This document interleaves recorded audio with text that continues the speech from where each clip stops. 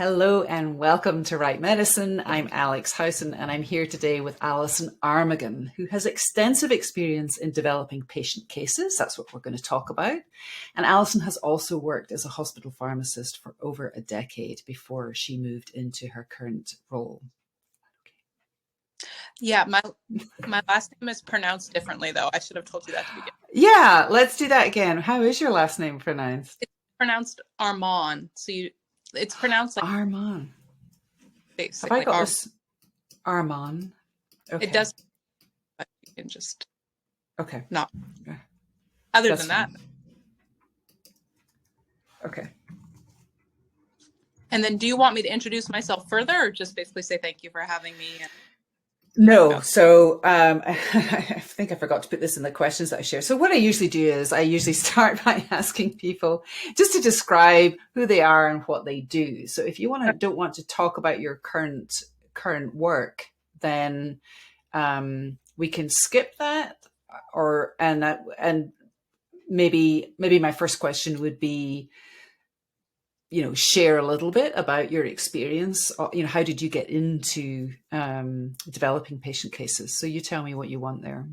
No, I think the who are you and what do you do is fine. I'll just kind of, answer it vaguely, but also directly about, what I did, but without the time frame, really. That's fine. All right. Okay. Armagan. And is it spelled Armagan? So that's not a... No. So what's the origin of Armagan? Is it French or? No, most people guess it's French. It's Turkish, so the G would have a little. Turkish. Right. Got it. That's great. Okay, we'll start again. Okay.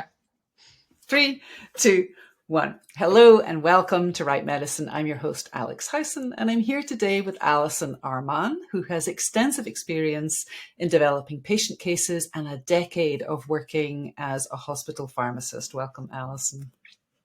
Thank you, Alex. Nice to be here. It's good to see you. So can you just start by telling us a little bit about who you are and the work that you do?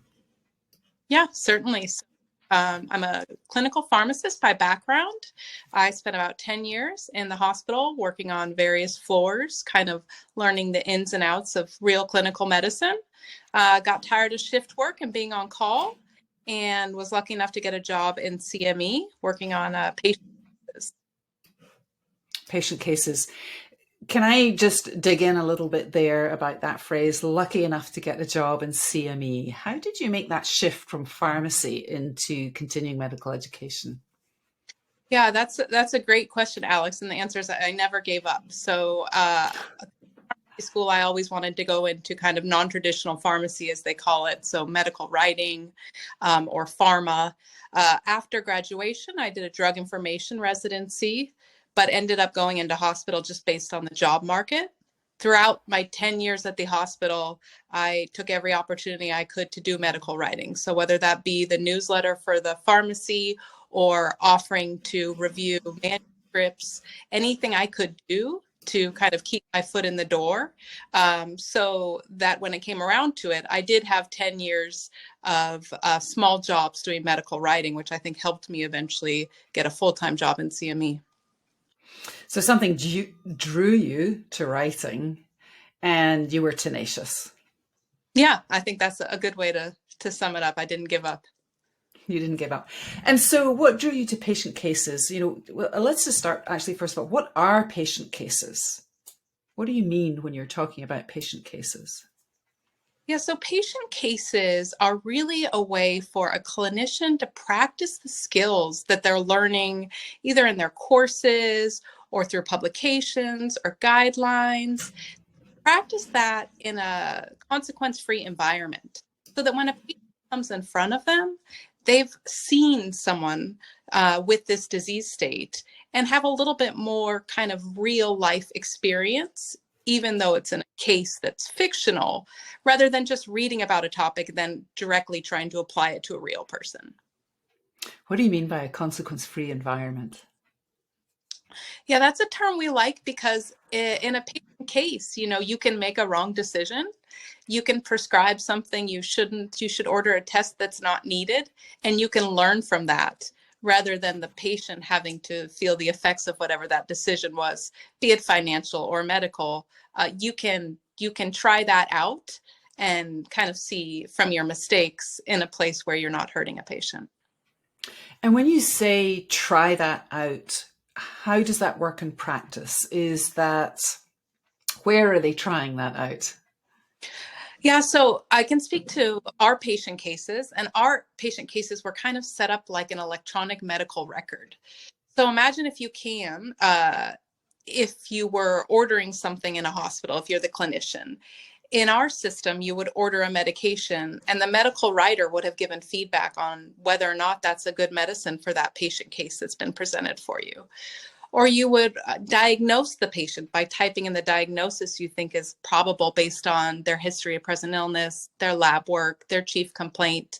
And the medical writer would have written the feedback that the clinician will receive, if that's an appropriate diagnosis, if that's not quite the correct diagnosis, but we see why you might think that, to kind of help tease out the nuances in getting to the correct diagnosis. So we're talking about an online format here where the learner is typing in responses. Is that correct? Yeah, this is a dynamic kind of case where you can go in and select a multitude of options and kind of treat the patient or work up the patient as you would if you were in a true clinical setting. And you're also describing, the medical writer is creating a lot of information in order to provide that feedback to the decisions that the learner is making, the choices that the learner is making.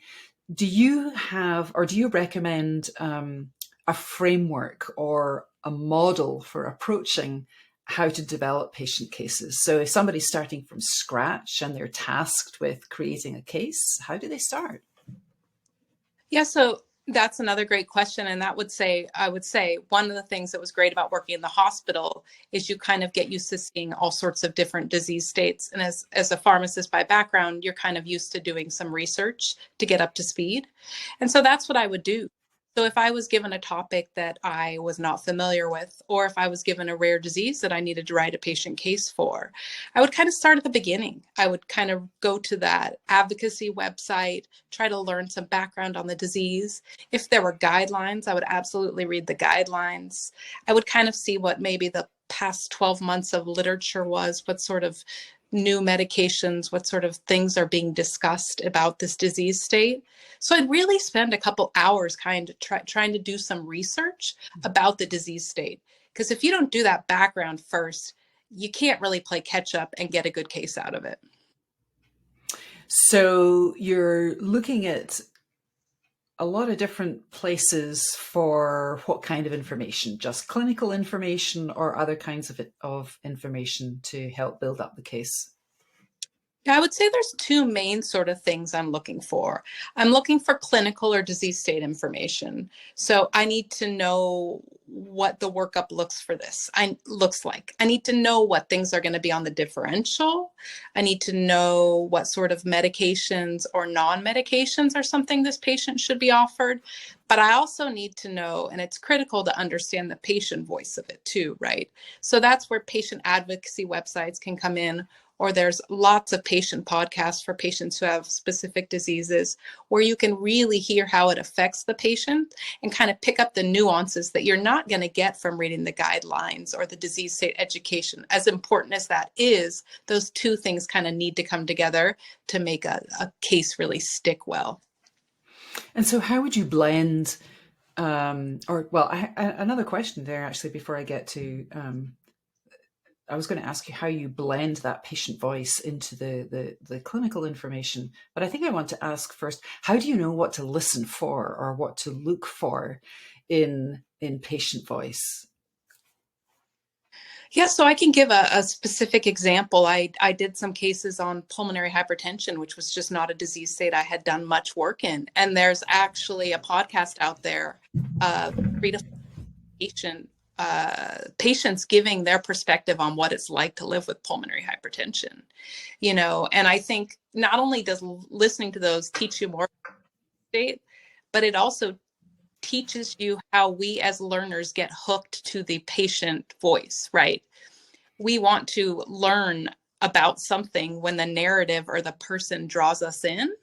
And so I think learning to patients talk about their disease state can teach you both the art of making it interesting as well as what living with that disease state is really like. I think that's great advice, because I think one thing that a lot of writers struggle with is how to kind of balance the clinical data with the lived experience of, having a particular disease or condition. So actually listening, not just reading about patient voice, but listening to patient voice sounds like really good advice. It's a kind of visceral kind of learning almost. You talked about, so we're talking about approaching a patient case, and you're talking about kind of casting out a wide net to get that clinical information, to listen to the nuances of the lived experience of a particular disease or condition. Are there different styles of writing that writers need to use in developing patient cases? Styles that might be different from other deliverables in continuing medical education or continuing education more generally? Yeah, absolutely. I mean, I think the good news is that you still will, in some aspects of a patient case, maybe need to go back to your old standbys of writing based on certain sort of formats that we're used to writing about. But there are also new opportunities to write in a more clinical way. So if you've worked in hospital, you know what a medical record looks like. You know that words are not defined at first use. There's a lot of shorthand. The grammar's not great. It's certainly not perfect, right? And if you haven't worked in a hospital, you at least probably have been to a doctor and you have access to your medical records. So I've told people, you can just go in and see what the doctor wrote about, if you're brave. And that can kind of show you what that sort of phrasing looks like. So you have kind of the traditional writing, which is, when you're educating on the disease state. And then you have this sort of writing when it's the background. So writing about the history of present illness, writing about the chief complaint, writing the physical exam, all these things that are important when you see a patient. And then the third type of writing that you have is the script. So asking the patient, which I find most writers are very good about coming up with what to ask the patient, because we can look that up. We can say, what should you ask a patient who might have XYZ? The harder part I've found is writing the answer, because it's harder to figure out how a patient would respond, or to get it right clinically, but to miss the nuance of how would they deliver that? Would they be sad? What is the phrasing there? Because it may not be so robotic as the clinical answer. And what do you find are the best resources for accessing that kind of nuance and information? Yeah, I think I would go back to sort of podcasts or videos. So not reading it, seeing it in action, and then as you're writing a script, kind of acting it out yourself or reading it aloud and saying, like, does my answer make sense? If a patient has been diagnosed with cancer at an appointment, how will they be answering questions? Versus a patient was diagnosed with cancer 18 months ago and they're coming back for a follow-up. That's the same patient, right? But the way that they phrase their answers, the way that they appear, if your case has video, is going to be very different. So those sort of nuances are kind of important, and I think are best learned through viewing or listening. And how about faculty as a source for that kind of information? Do you find that faculty are able to share those kinds of nuances, or are they more likely to get, straight to the clinical meat, as it were? Yeah, I would say most faculty are definitely they'll tell you, these are the questions I would ask. You will get faculty who are really invested in asking patients and really digging deeper. But I would say in general, I'm usually handed, these are the 5 to 10 questions I would ask. And then I kind of have to work backwards, because oftentimes when you're working with a KOL, you have such a limited amount of time. So if I think I'm going to be able to figure something out, I don't want to spend my time asking the clinician that. So usually for me, what works best is, what are the 5 questions you would ask? And then maybe kind of hitting the highlights of how I think a patient would answer those. and then kind of moving on to a place where maybe I would need that KOL insight a little bit more. And for listeners, KOL, knowledge opinion leader, we'll make sure to put that in the show notes, just so that you have that resource or that full explanation. This is something that's not just peculiar to medicine, is it? Using acronyms when we kind of move into the medical writing world, we're just as invested in that as clinicians are. So when we're thinking about, I want to go back to the question of approaching a patient case, from scratch. And you talked about resources that you like to look at and certain elements that you like to start thinking about, the clinical piece, the patient voice. What determines the shape of a patient case in the online context that you're describing, a kind of simulated world, as it were? Yeah, so it kind of mirrors sort of the background that I would do. And when I then spend my time talking to the key opinion leader or doing my research, I kind of have an outline of the things I need to know. So I start with kind of what got us to here. What has happened to the patient in the past 10 years that's pertinent to them being here?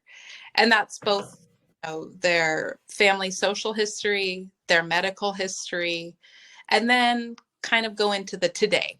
So the chief complaint. So the past 10 years, let's distill that down to a couple paragraphs. And then let's say one sentence, why are they here today? And then in the system that I worked in, the next thing that would happen would be ordering tests. So then I would kind of work through all the different tests that I would want to include in my case. And one thing that I would point out about the patient cases I worked on is we had the ability to author or to instruct clinicians not only on appropriate choices, but also incorrect choices, which is a really great way to learn, because we're not just offering the right choices, we're offering things that aren't right, but may look right or are just totally wrong. And then after the test section, we'd go into the medication. So this is where kind of maybe top 20 or 50 potential medications, depending on the disease state, looking into the research that supports the use of those or supports not using those, and then kind of summing that up into like a little, paragraph package for the clinician to kind of read about whether or not that the reason why that was a good choice. We would follow that then with diagnosis, which I spoke a little bit about the differential and seeing, which diagnoses are potentially are potentially something that should be on the radar for the clinician for this patient. And then within our system, we would have what we call non-medication orders. So there are things outside of medications and tests, right? Nutrition, rehab, lifestyle changes, meditation. These are all sorts of things that clinicians should be aware of and patients are asking about. So we do be sure to include that in our cases. And then the other thing, as I mentioned, our patient cases have a patient interview. So depending on the disease that we're covering, that patient interview may come up front or it may come after the fact, because maybe we're educating on what to ask the patient, or maybe it's more important to say how to deliver that information and what do you tell the patient after you've gotten their results or after you've decided to start them on a medication. So I had it really nice that I had the flexibility to put that patient case wherever you wanted within the case. But that's another thing to think about, is that a patient interaction with a physician doesn't happen usually just once. When you go into the office, you talk to the doctor, you guys make some decision, and then you talk again. So as many times as you can kind of weave that patient voice in there, it makes the learning stick, and it's true to the reality of what patients experience when they go in to see a clinician. There's so much in there, Allison, that I want to dig into. Thank you for sharing all of that. And first of all, thank you for correcting me. Key opinion leader, not knowledge opinion leader. You started off by saying that you're really thinking about this patient case as a whole person. And so you're constructing this story in your head about who the patient is and what they're bringing with them into this fictional consultation, but they're bringing this whole kind of history with them. I don't think that's a very common approach from a lot of writers. I could be wrong. Is this something that comes from having been a pharmacist, or is this something that was especially kind of widespread in the role that you're talking about? And third question, all on the same topic here, how can writers who are not yet doing that begin that practice of really thinking about a patient case as a whole person? Because I read patient cases.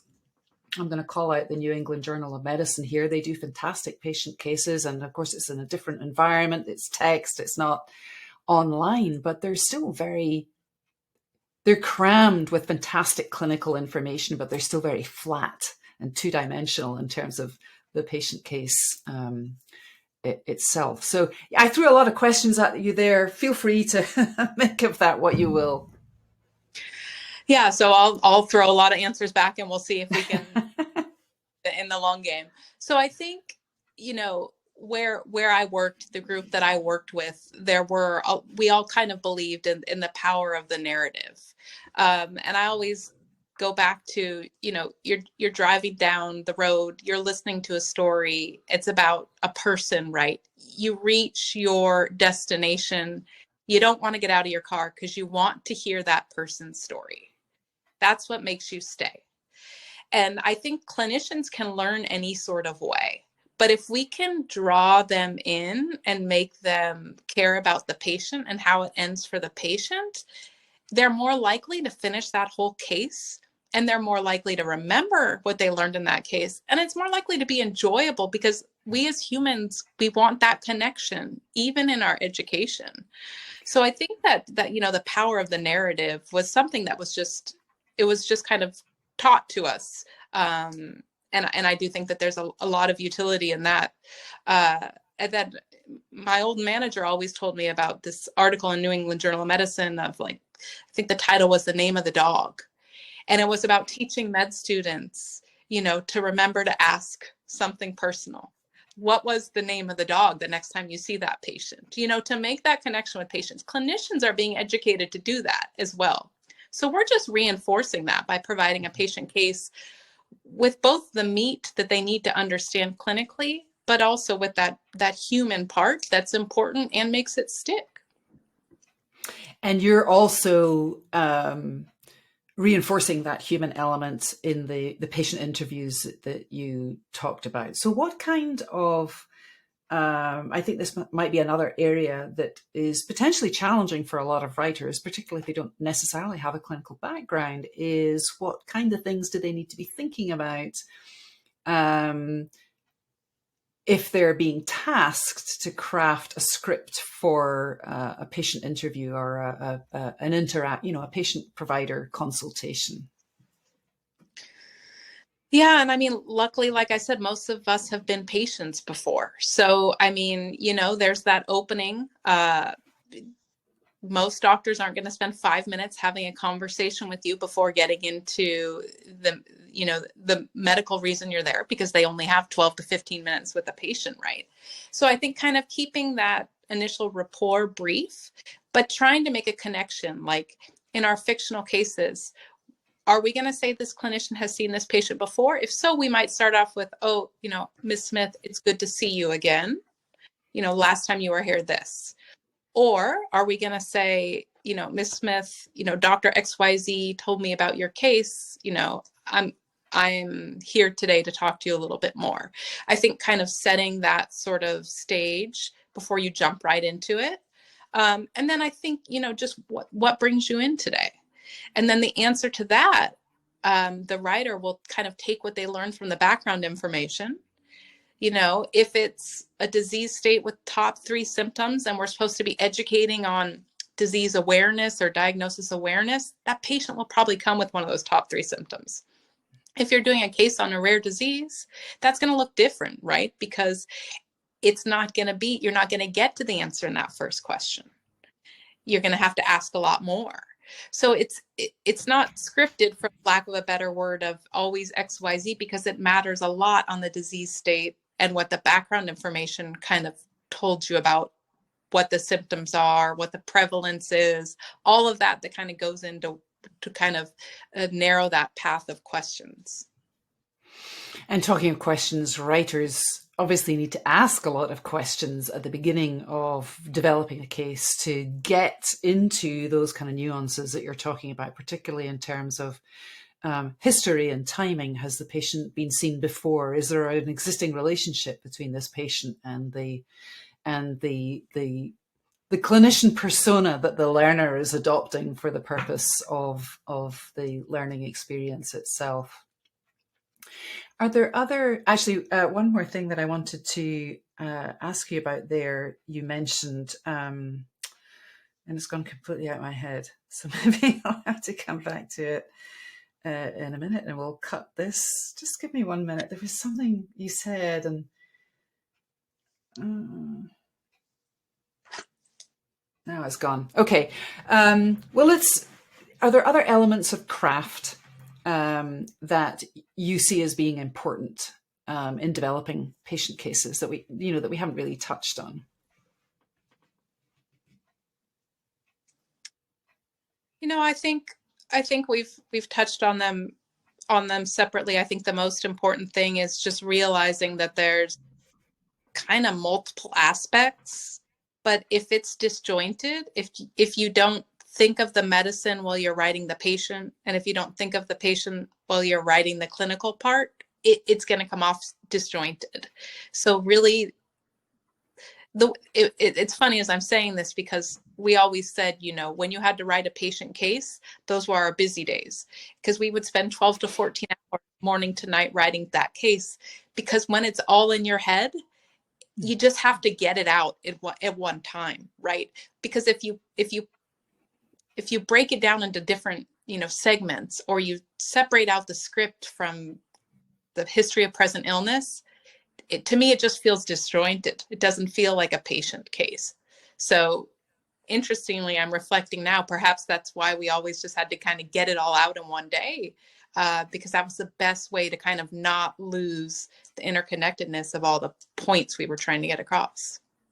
And it definitely aligns with that idea of kind of narrative arc and the patient case, in inverted commas, as a whole person. And just to clarify, when you're talking about script, you're actually talking about that moment of interaction between the patient and the clinician. Is that correct? Yes, exactly. Yep. The clinician asking and the patient responding. Or at times, it's more than that. The clinician asking and the patient and their loved one who they brought to this difficult appointment, or a clinician asking and a nurse responding, because if you have a patient in the ICU on a ventilator, because that's what your patient case is, they're not going to be responding. So kind of there's all sorts of different cases and all sorts of different scripts that you can kind of select, again, just depending on the disease state and what's reasonable. But that also makes it really interesting. Mm-hmm. And for translating, like, not everybody gets the opportunity to write patient cases for an online environment. What part of what you've been talking about kind of translates to, a textual environment? Because the majority of cases that a lot of writers are tasked with writing are, they're for text. They're embedded within some other kind of, education activity, or they're part of another, a larger kind of education activity. Are there things that you would encourage writers to think about when they're writing for text versus writing for an online environment? Yeah, I didn't write for text only, but in order to write for the online environment, you have to write it in text. So I do think that there is kind of a lot of overlap. It's just the final product never becomes a visual.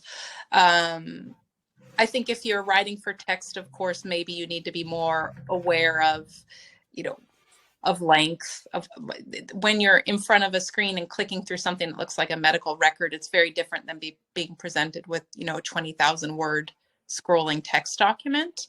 So there probably needs to be some more brevity and perhaps leave out, I had the flexibility to include a lot of wrong things, teachable moments. That may be a little bit harder to do working under a word count. But I do think that there are quite a few things that translate that are very similar between doing it for an online environment and doing it just a word text-based kind of format.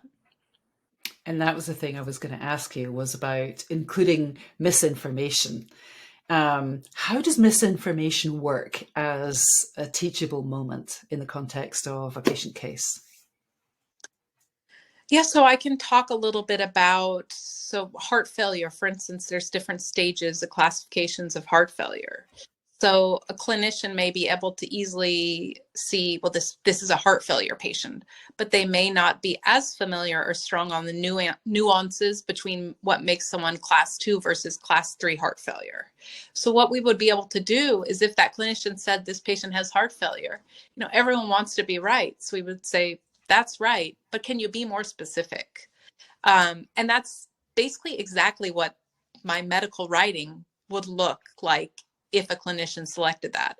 So that's where it's kind of different than the medical writing we're used to doing.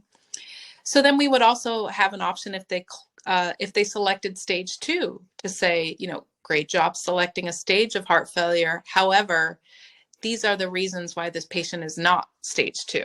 So then we're teaching them what stage 2 looks like and prompting them to try for something else. So it's a really great way to help them kind of work themselves to the correct answer in a way that hopefully they can remember those breadcrumbs and next time be able to come to the, appropriate diagnosis first. For somebody who's not a clinician, obviously you have a clinical background. Do you think that mindset of, thinking in teachable moments and thinking about, as in the example you shared, great choice, but this is why that's not quite correct. Is that a challenging mindset for non-clinicians to get into? I think there's lots of resources out there for adult learning principles. So I think it's something that's definitely doable. And we had some script writers who didn't come from a medical background and did a fantastic job.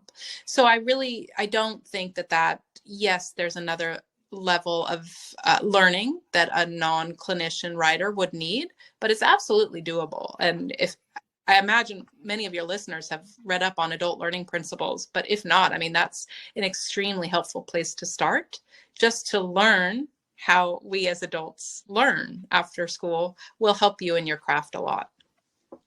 And maybe a place to end is any resources you can share for medical writers who are early or, kind of just starting off writing cases and thinking about patient cases. What have you found helpful? Well, Google's always helpful, right? You'd be surprised how many patient cases there are out there. And there's nothing wrong with going and searching a bunch of them and kind of picking and choosing what you like about each of them. I find myself, I am not a creative person. I do well after seeing someone else do it. So my advice and what worked for me would just be to, go out there, consume as much content as you can that's similar to what you're trying to produce. Let that kind of simmer down and then, take a day or a day later and then come back and kind of do it yourself so you can see what really worked from those that you looked at and kind of create your own way of doing it. Consume, digest. I don't want to say regurgitate, but some other metaphor for getting out what you've just consumed and digested, right? Yeah, exactly right. Yes. Allison Armagan, thank you so much for sharing your wisdom about developing patient cases with listeners of Right Medicine. Thank you so much, Alex. I had a wonderful time.